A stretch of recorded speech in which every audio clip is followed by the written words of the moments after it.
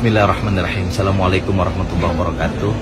Salam sejahtera untuk kita semua, saudara-saudara sebangsa dan setanah air yang saya hormati dan saya cintai, terutama rekan-rekan calon pegawai negeri sipil dan calon P3K di seluruh Indonesia. Pertama, saya ingin menyampaikan bahwa sebagai Ketua Komisi 2 DPR RI, saya memohon maaf karena dalam beberapa minggu terakhir saya melaksanakan ibadah di kota Mekah dan kota Madinah untuk melaksanakan umroh, dan karena itu pada saat rapat dengar pendapat Komisi 2 DPR RI dengan Kemenpan RB dan BKN, saya tidak berhadir di tempat itu. Setelah itu saya banyak sekali mendapatkan masukan, saran, kritik baik melalui akun media sosial saya maupun melalui WhatsApp saya, dan jujur saya tidak ada satupun yang saya respons karena saya menahan diri, karena saya tidak memahami konteks dan situasi pada saat keputusan itu diambil, dan khawatir jika saya kemudian menyampaikan sesuatu itu tidak pada tempatnya. Kendati demikian, izinkan saya menyampaikan beberapa hal setelah saya mencoba mempelajari situasi terakhir dan melakukan komunikasi informal dengan berbagai macam pejabat, baik menteri maupun pejabat setingkat menteri. Yang pertama, saya sangat memahami bahwa penataan CPNS dan P3K, termasuk di dalamnya migrasi dari honorer ke P3K, yang sesungguhnya ini merupakan PR besar kita hampir lebih dari 60 tahun Republik Indonesia Merdeka, itu harus segera kita selesaikan dalam waktu yang sesingkat-singkatnya.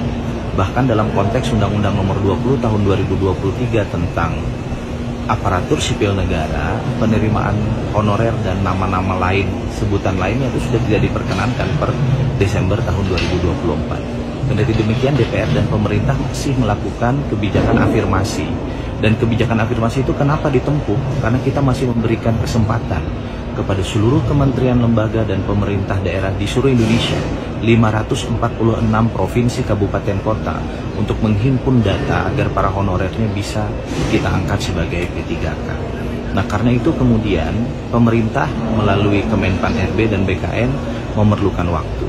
Satu hal yang ingin saya sampaikan adalah Kemenpan RB itu adalah kementerian yang memiliki kewenangan untuk menyusun kebijakan pada hulunya, dan BKN memiliki kebijakan untuk mengeksekusi kebijakan kepegawaian pada hilirnya. Proses tengahnya ada di kementerian, lembaga, dan pemerintahan daerah. Kerap kali di kementerian, lembaga, dan pemerintahan daerah, baik terkait dengan penerimaan CPNS maupun P3K, itu tidak semua taat pada jadwal yang sudah ditentukan. Itulah yang terjadi, kemudian disepakati bahwa jadwal pengangkatan serentaknya pada Oktober 2025 untuk CPNS dan Maret 2026 untuk P3K. Kendati demikian, saya kira berbagai macam demonstrasi, kritik, saran yang dilakukan oleh teman-teman terutama yang telah lulus CPNS dan P3K tahun 2024 yang lalu tidak menjadikan kami menutup mata dan telinga. Saya berterima kasih atas seluruh masukan ini. Saya kira ini baik untuk DPR, terlebih untuk pemerintah. Saya mendengar informasi pemerintah sekarang sedang melakukan berbagai koordinasi untuk melakukan pemetaan yang lebih baik, termasuk dengan pemerintah daerah terkait dengan kesanggupan mereka jika P3K itu segera kemudian dieksekusi terkait dengan bagaimana implementasi kepegawaian termasuk penggajian mereka semua.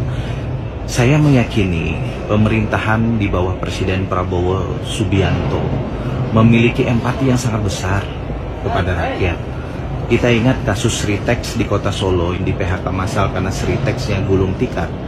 Pemerintah melalui Presiden Prabowo Subianto cepat mengambil tindakan agar kemudian PHK massal itu tidak terjadi dan tidak berlarut-larut.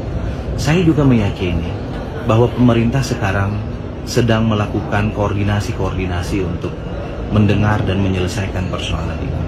Mari kita beri waktu, dan di tempat yang baik ini, di Masjid Nabawi di kota Madinah Al-Munawwarah, tempat di mana Rasulullah SAW berjuang dan mengakhiri hayatnya, saya doakan di bulan Ramadan ini segera ada formula yang terbaik untuk ini semua. Kita semua adalah satu persaudaraan sebagai sebuah bangsa. Satu sakit, maka yang lain adalah sakit.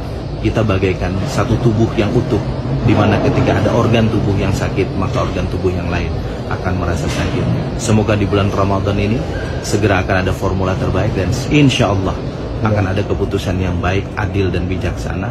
Dan mari kita doakan para pemimpin bangsa kita, terutama Presiden Prabowo Subianto, selalu dalam kebijaksanaan, keadilan, dan perlindungan Allah Subhanahu wa Ta'ala. Dan kepada seluruh saudara-saudara saya semua, CPNS dan calon P3K yang telah lulus, insya Allah akan ada kabar baik yang akan diberikan oleh pemerintah untuk saudara-saudara sekalian. Bersabarlah dan terus berikhtiar, insya Allah Allah akan memberikan jawaban. Billahi taufiq wal hidayah. Assalamualaikum warahmatullahi wabarakatuh.